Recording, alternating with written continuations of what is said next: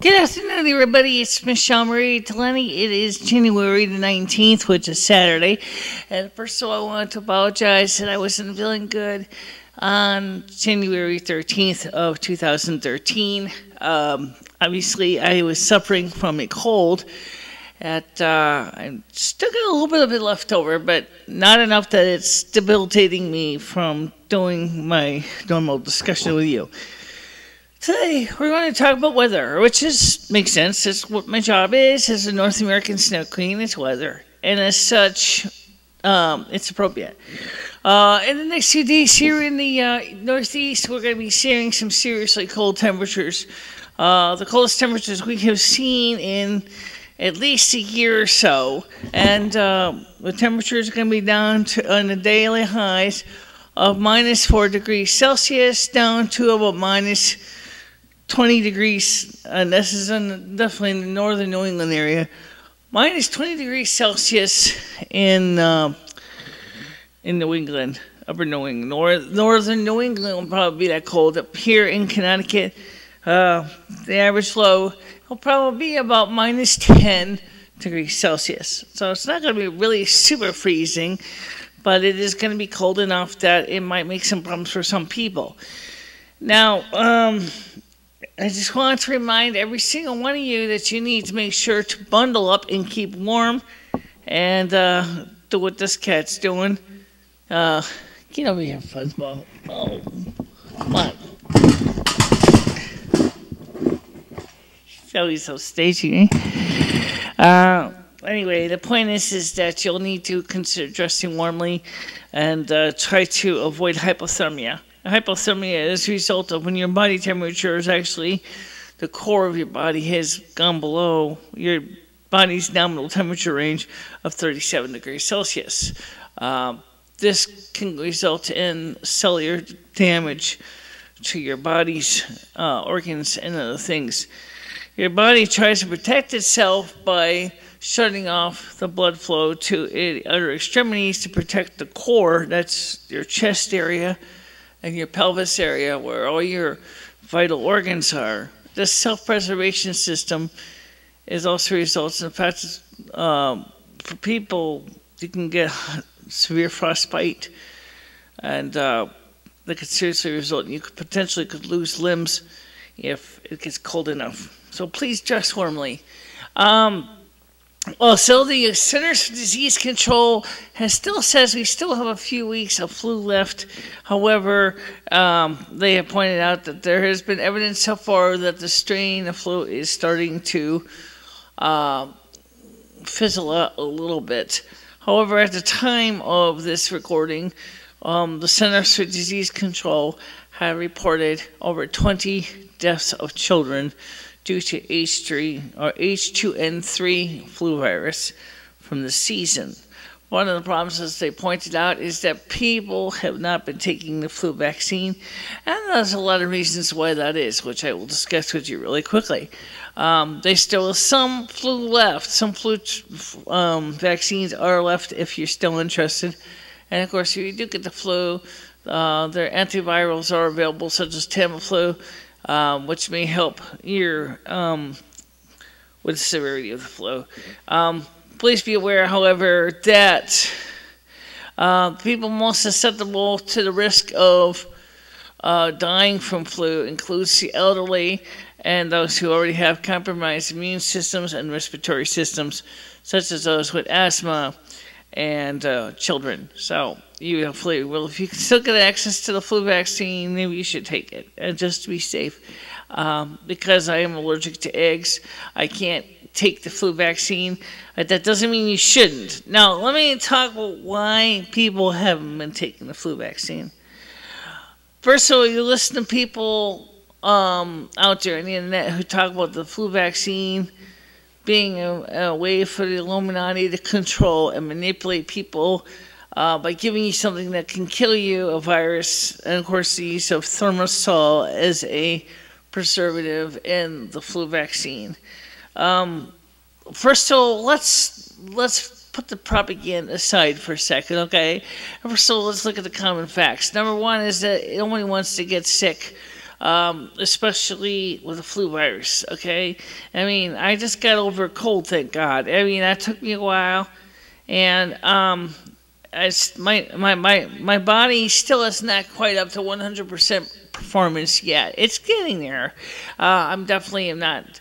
I mean, I still got a little bit post nasal drip, but I think that I mean, I know the way my body deals with colds. I know that I'll probably be fine in a couple of days. I'll be back to 100% optimum performance. So for today, anyway, at least it's a step. Yes, my head still feels like I still feel a little bit cotton balls in my hearing because of my sinuses, but that's again very common for me. So, and then if you do not want to get the flu, and if you do not want to take the vaccine, make sure to wash your hands. Okay, constantly after you use the bathroom or prior to cooking food. And if you do see somebody who is sneezing and coughing, keep about 15-foot distance from them. And obviously, please do not sneeze and cough into your hand. It is an old misnomer. It's best to do this instead, or maybe in the back of your hand if you really have to, not using the cup of hand, because if you sneeze and cough in the cup of your hand, and then you go ahead and you can pass that virus on to the next person that you shake hands with. And obviously anything that you're holding, a person who's sick is holding, such as coffee cups, utensils, cell phones, house phones, whatever, it's going to probably have the virus on it, which will probably live for at least a day, maybe 2, depending on the virus's constitution. And it could be, again, result in some serious problems for people who may or may not realize that that item has been contaminated by a contagion. So make sure to exercise caution on your part. And as you can see, my cat is upstaging me. Come on, Fame, get over here. I got you. If you're gonna upstage me, at least can you be where people can see you? Hi. He's a big cat. He's just trying to be friendly. He likes being on camera too. This is one of the things about this cat. So anyway, let me wrap this up real quick here. So make sure to wash your hands before preparing food, and obviously after using the facilities, the restroom, and if you do cough and sneeze, please sneeze in your armpit or your arm and not on your hand, because it's your hands that touch other people. And for God's sakes, don't sneeze in somebody's face. I know that sometimes it's hard. Sometimes if you're like in a very busy platform, like in a bus terminal or something, it might not be easy to avoid sneezing in somebody, but please exercise common sense. Maybe you can use a napkin or something over your face, like a sneeze guard or something. So if you got to sneeze, I mean, at least it's not the saliva and the mucus isn't going to go landing in somebody else's face. That's not fair to them. Also, if you're using Kleenexes and things, please be discreet and dispose of them appropriately, because don't leave them for the next person to pick up your dirty virus-laden cloths or napkins. Okay. So you have to be responsible too. If everybody does their part, the risk of the flu becoming more severe, or even colds becoming more severe, will be minimized. Now, there's also a misnomer. I was talking to a lady from England. She was saying that she's reminding people that because they are sanding the roads in Britain, because they've had some good snow there, as well as other parts of Europe, she says, please make sure to wash your paws of your pets, because you thought they were using antifreeze in with the sand. I said, I don't think so, because in the United States we use rock salt, not antifreeze. The rock salt's purpose is to lower the melting point of the ice so that it'll thaw and stay liquid, and so it can still drain in the cold weather, allowing for the proper keeping the roads gritty, like she said. Well, the reason you want to make sure to clean your feet when you come in the houses. And the same thing for your pets is you don't want to drag all that sand and salt in your house. Okay, first of all, sand and salt is a real pain to clean up. And if it's a high traffic area in your home or high traffic area, i.e., such as restaurants, go look at a high traffic area, say like a McDonald's or something in the wintertime after people have basically come in from the snow and the ice. You'll see the amount of road salt and the sand and stuff on the floor is astronomical. The people in the restaurants, of course, have to work really hard to try to keep the floor clean because they don't want all the water there to make you slip. But the point is that why would you want to have to drag all that stuff into your own home? If you can, put your clothes and your shoes in a mudroom or vestibule and be done with it. Okay, if you have house slippers, put those on instead. No reason to go running around dragging sand and salt all over your house. That just sucks anyway. Makes cleaning up a chore. There is no antifreeze in any of the gritting treatments used in the United States for road surfaces. Okay, there's rock salt, which is a little bit different.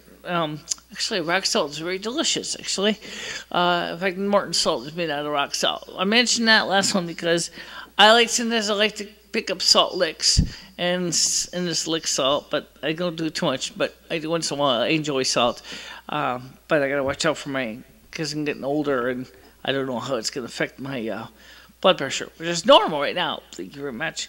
Last, but this is more of the stupid news. Although I thought about it somewhat, it's not really so stupid. Another ATM has been installed in Dubai. This one dispenses gold units, and 2.5 gram, 5 gram, 10 gram, and I think there's one more size after that. I think 20 grams gold you can buy with your ATM card. The question is, like I pointed out on the Google Plus page where I read this, is how do you make change? I mean, the least expensive piece of gold, which is a 2.5 gram, costs us $193 US. And what if you got to pay something for something that costs say $190? Then how do you get $3 change? I mean, it doesn't sound too hard to believe. I mean, if the machine dispenses silver coins in addition to gold, at least you can make change. However, this ATM only dispenses gold. It does not dispense silver at all. So, which means that if I was to pay my rent but a gold bar, which in this case would be 1 5 gram unit, I would have to get $100 back. The problem is that how many silver coins is that? Well, if I don't have access to someone who can make silver change, then I would be screwed because my rate is $243 and not the $343 as mentioned in the article. So that's something to think about. And of course, you also have to deal with ATM fees. I'm sure that if I brought my Northwestern Connecticut Community Bank ATM card to Dubai, I would be charged a very exorbitant ATM fee in addition to the financial transaction fee from dealing with Dubai's currency, whatever that may be. So, I mean, it's that adds up really quick. So, figure a good possible guess is that you're going to be spending to buy one 2.5 gram piece of silver. You're going to end up spending about $210 because of all the other fees that get tacked onto that transaction. Something to think about.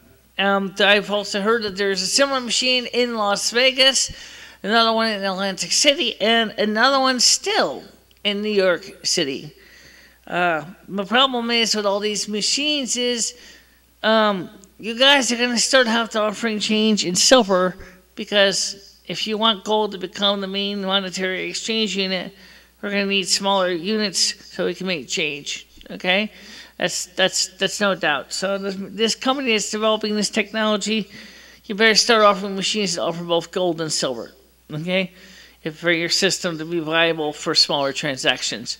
Like, for example, paying $243 a month for rent.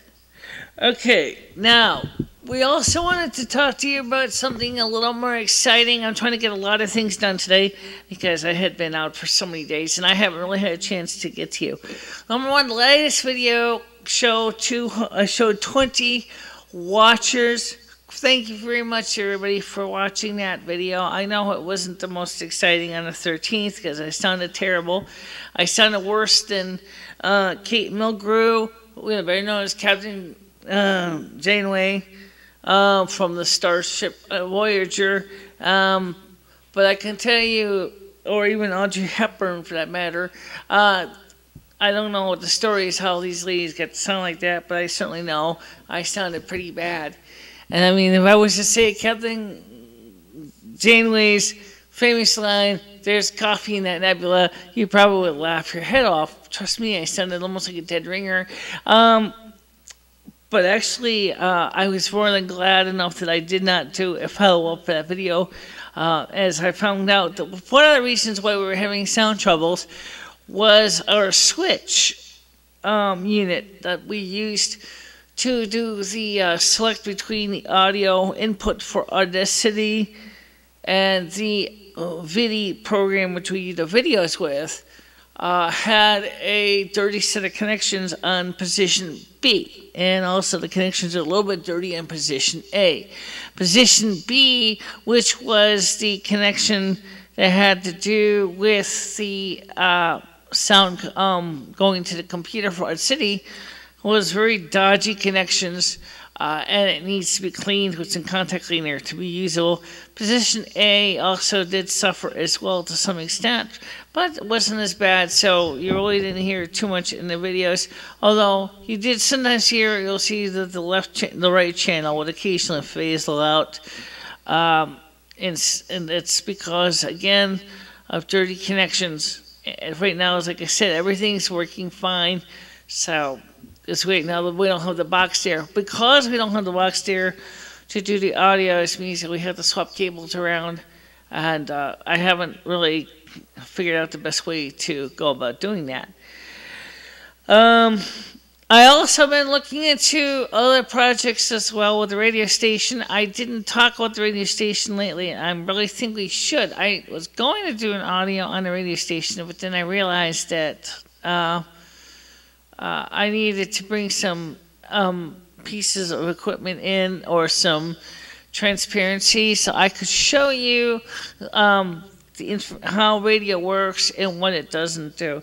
If you go to my playlists, you'll see a low power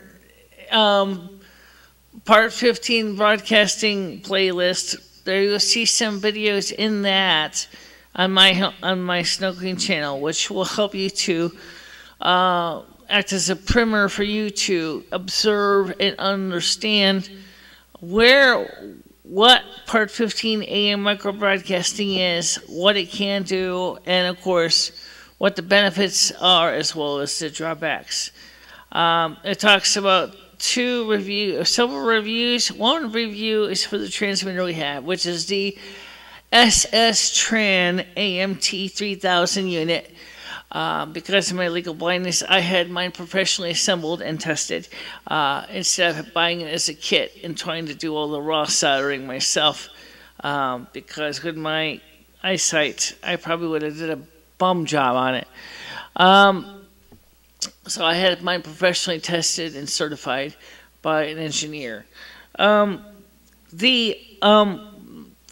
know that sounds like a minor detail, but actually the Federal Communications, however, has been very specific that on Part 15 there are certain rules of the road that apply. So let me just give you some quick reminders here under Part 15 I think it's 15.219, which talks about broadcasting on a medium wave AM radio band from 540 kilocycles to 1.7 megacycles.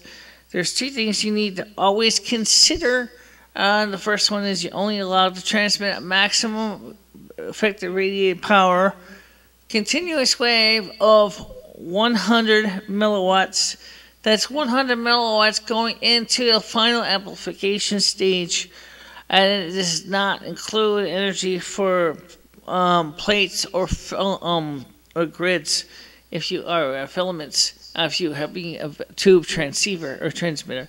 The lead of the antenna read in ground radio, if used, may not be a total excess of length of 3 meters. Russia, by the way, I'm going to bring this up to you because I think this is important, because this has already been this way in the United States for several years, especially after the Howard Stern and Janet Jackson debacles. It's already finally set down some decency rules on their radio broadcasting, saying that if you violate and you say any nasty, unapproved words on the radio, you can be fined up to, in the United States, price of $6,500 US for a violation of their communication rules. You will be required to pay those fines to the local police department, and of course, if you don't pay and you're on a radio or TV show, the network or television channel will be required to pay the fines for you. Okay? Now, clearly that would mean someone like Howard Stern and, of course, other shock jocks would be off the air in Russia. I don't think he's on Russia anyway, but even so, he better clean up his mouth, because he won't be around very long, because he'll be very broke after paying all those fines over and over again for his potty mouth. Alex Jones also has pointed out to me on his shows that the federal government is really clearly is becoming very badly splintered over the issues with the Obama gun laws, realizing that Obama's gun laws are going to hurt the administration's chances of getting these things. In fact, Republicans, especially and some Democrats, are seriously questioning the President Obama's executive orders, thinking that perhaps these executive orders mandating certain gun control measures will not go down well and will not solve the problems for the issue of controlling what they consider to be the gun problem. However, the laws do not go through enough to talk about the mental health issue, nor does it fully go into any discussion to talk about the responsibility of Hollywood and the game production companies that produce these violent first-person shooter games. So we need to keep those in the mind. That those are issues that, like President, several sheriffs in the states of Kentucky, I believe Texas, and I think Oregon as well, have already said, we are not going to go out there and confiscate our guns from our law-abiding citizens. Other sheriffs in other counties in the United States have also felt that perhaps Obama's gun laws just go way over what is reasonably accepted under the United States Constitution, Second Amendment, regarding right to bear arms. Let me ask you a question, folks. When you say right to bear arms, why is it only specifically we're talking about firearms? There are as many other kinds of arms that you can bear. You don't need to worry about guns. They're certainly not the only one. Anybody who's got proficiency with archery, bows, arrows are certainly ornament, as is, of course, swords, maces, which, of course, and spears, and knives, daggers, dirks, trebuchets, a little bit big, ballistas, and, of course, crossbows also count as arms as well. So, therefore, it is not necessarily just guns, but guns, of course, are convenient because they're small, they're portable, and let's be honest, they don't take a lot of room. A trebuchet, a ballista, and catapults are not exactly what I call something you can put into the pocket of your jacket. Okay, so they are pretty big. Of course, if someone saw you carrying a crossbow, you know damn well you cannot wouldn't even need to worry about a concealed carry permit because it wouldn't be concealed, honey. That'd be very obvious if you saw a crossbow. It's a big thing, and it tends to be very noticeable. Same thing with a compound bow and a longbow. You're not going to be hiding those either. So, a gun instructor left his gun in the men's room in the public school where he was teaching gun safety classes. Obviously, I was kind of silly on his part, but then again, they made a big story about it in the Associated Press. Let me just assure you that, of course, it was foolish on his part, because obviously someone else could have taken that gun and had fun with it. I don't know how many rounds or ammunition were in that thing, but still, you know, that just represented the fact that this gentleman had leave of his senses, or at least his time while he's doing his business in the men's room. Okay? So, again, that's where we need to watch out. We need to exercise due diligence with our weapons if you're going to have them. Now, as I said in one of my videos in the past, I'm not really into guns. I don't really like the things. However, I respect those people who do like guns, and I certainly would also ask that they respect those of us who choose not to have a firearm in our possession. We just ask that they continue to exercise respect for the sheer power that they have at their disposal. Okay, so if you got a lawfully registered gun and you are trained in the proper use and safe handling of it, I'd say that's okay with me. But if you got to go ahead and be irresponsible, or it's not registered and it's not licensed, then I think we need to have a discussion. In the case of the Mental Health Administration, there certainly is need to have a discussion, as there does not seem to be much discussion on the issue of what to do with people who clearly are mentally ill and need treatment. It seems that Obama has not really particularly focused much on the mental health, other than saying is that they should not be allowed to have firearms. My question is that really necessarily so necessary that we have a blanket statement like that? Concerning, I'm sure that there are many experienced military veterans who have PTSD, which is considered disability, that are more than capable of properly handling of a firearm. And so I think we need to be having a discussion on where we are going with the gun legislation. Okay, so we can't just go ahead and just say that everybody is going to be the villain. We also have to be willing to say is that there is certainly people who do not have the responsibility to even bother handle a toothbrush, never mind a gun. So those people we clearly want to protect, but we don't want to give them the weapons to go out there because they might think it's a toy and go out there and playing around games. Adam Lanza was an angry young man, as was James Holmes, and even the guy from Arizona there, Lerner, was an angry young man who also took his actions out on his victim, which in this case was Mrs. Gifford. So I have to tell you, I am very much aware of all the seriousness of gun ownership.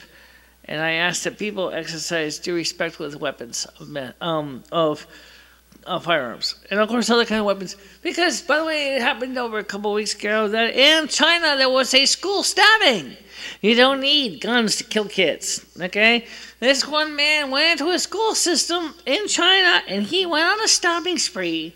He stabbed over 20 children. And the school system immediately went in and asked the administrators tough questions. 6 administrators couldn't give a decent answer, and therefore they were discharged for not providing proper safety and following proper safety procedures to make sure that this very crazed young man with a regular knife could have gotten into school and caused so much damage. I don't know if those 20 children died or not, but I'm with a feeling from what I heard from reading the article that they certainly had suffered a lot of damage. Speaking of damage, another Chinese story. This came in on just a couple days ago from Russian television. A truck carrying 50 crates with cats um, destined to be slaughtered for restaurant sales in southern China, had turned overturned. These severely obese felines had no food and no water, well, packed in tightly into crates to get these cats to the slaughterhouse.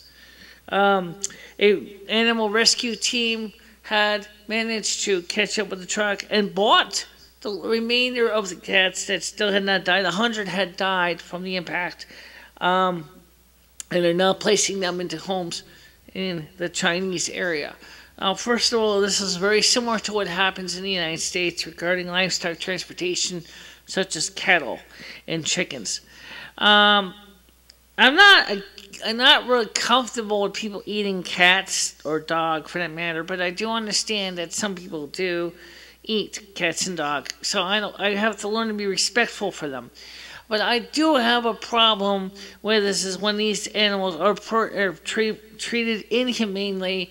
These cats and have been on the road for like 3 days, and they had no food and no water in the crates.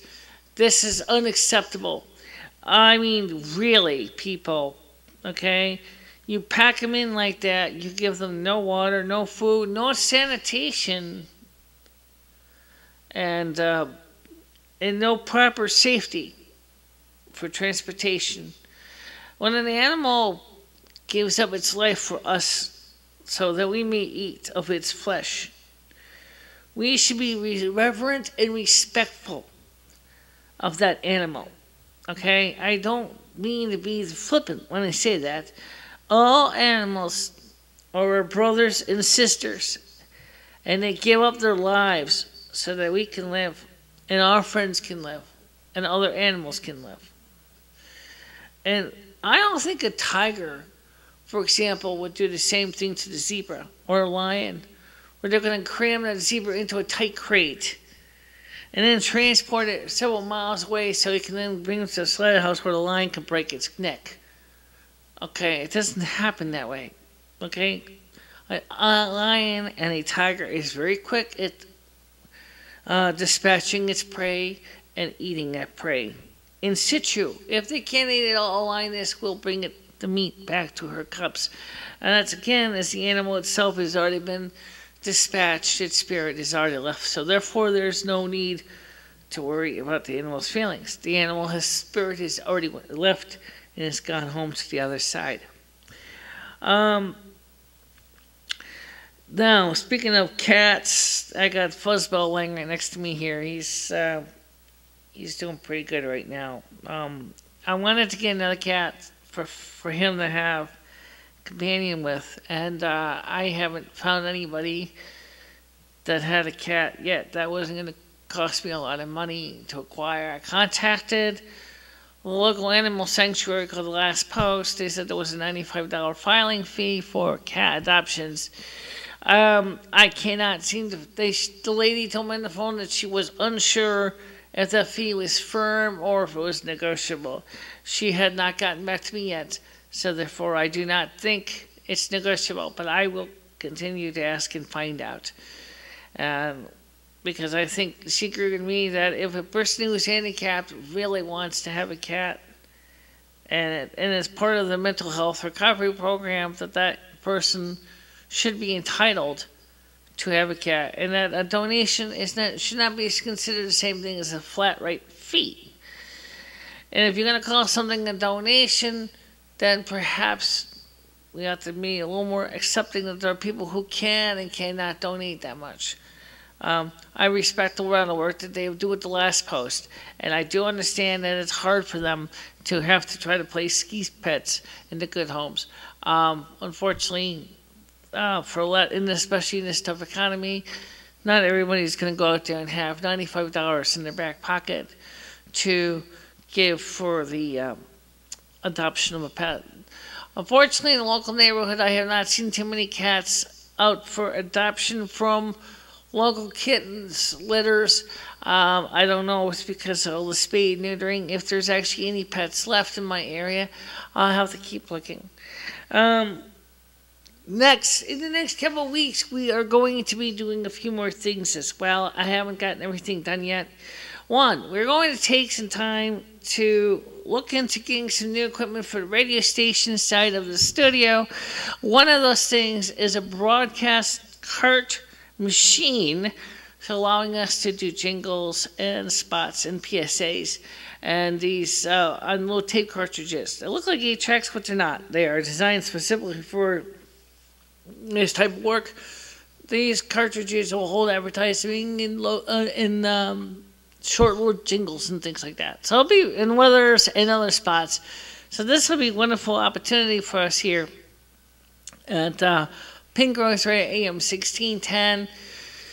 Also, I've been doing research into other technologies as well. As I mentioned before about the overhead projector, I just checked the prices on the newest ones that are out there and buy it now. They certainly are available for a lower price if you're willing to pursue going with an overhead projector and the transparency material, which will make it really easy for us to give you on-the-spot presentation of video,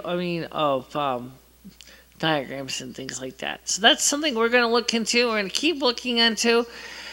And last but not the least is I want to thank everybody for watching the videos and listening to the audios. And I hope that you'll continue to do so as me and Lumi will continue to work our way up to making our presentations more and more exciting as we go. And Fame, why are you always covering me with your big white and brown body? So anyway, that's pretty much it. And of course, we will be keeping in touch with you. And please, if you're watching this thing, and please do subscribe to our channel, and that way you can keep abreast with any new developments and changes as they come in. And check out our little playlist we have. We have several playlists, including, of course, the videos from 2011, 2012, and, of course, 2013. So you can always keep abreast with the videos. Plus, we have some other favorite videos that may interest you. And some things in our collection of collected videos may or may not excite you, but that's okay. It's a very large collection of pieces, and you might enjoy some, you may not like some. But don't forget to leave us comments, because we can use your help to decide where we're going, and what we need to change, and what we need to do to improve things for you in the next few days.